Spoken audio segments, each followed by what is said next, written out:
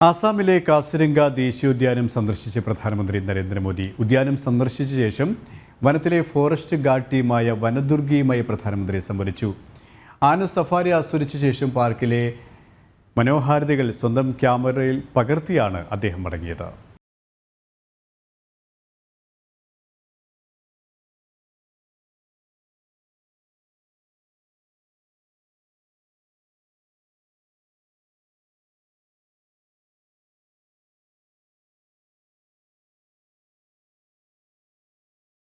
UNESCO ലോക പൈതൃക കേന്ദ്രമായ അസോമിലെ കാശിരംഗ ദേശീയ ഉദ്യാനം ഇന്ന് രാവിലെയാണ് പ്രധാനമന്ത്രി സന്ദർശിച്ചത്.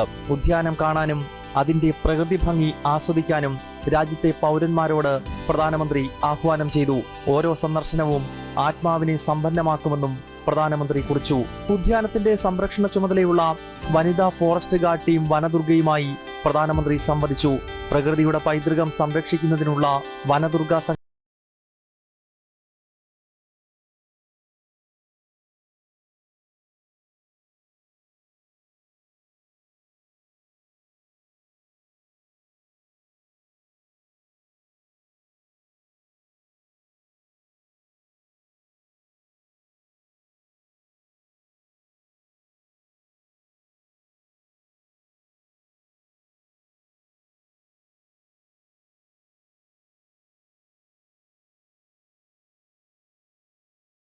ജനം, ഡൽഹി.